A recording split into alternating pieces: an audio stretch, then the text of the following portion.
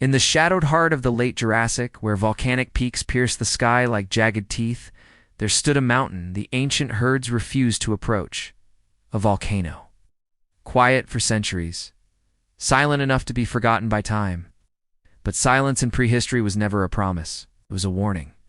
At the base of the sleeping giant, a herd of Camarasaurus grazed cautiously, ears twitching to every tremor beneath the soil.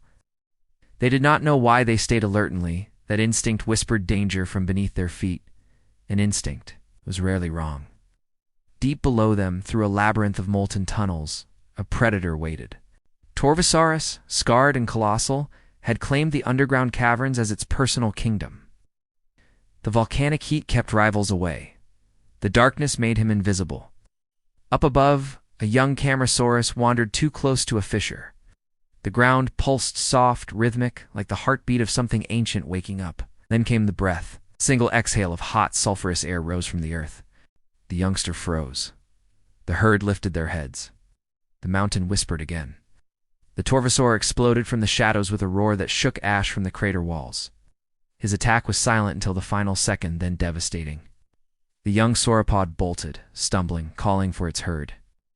But the mountain heard that call too. A tremor rolled under them, deep and resonant.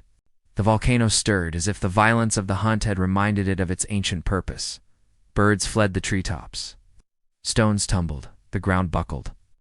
The Torvosaurus pressed his advantage, desperate to claim his kill before the earth itself collapsed. But the herd had already rallied. Massive bodies surged forward.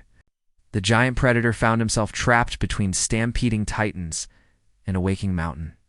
A thunderous crack ripped the sky. Smoke poured from the crater. The volcano was no longer sleeping. The Torvosaurus retreated into the ash, furious and defeated, disappearing into the volcanic mist. Oh.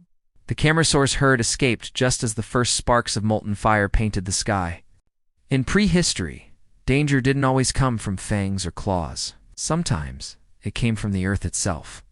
If you want more stories from a world where nature ruled with fire and fury, subscribe and join the journey. The ancient world still has secrets left to tell.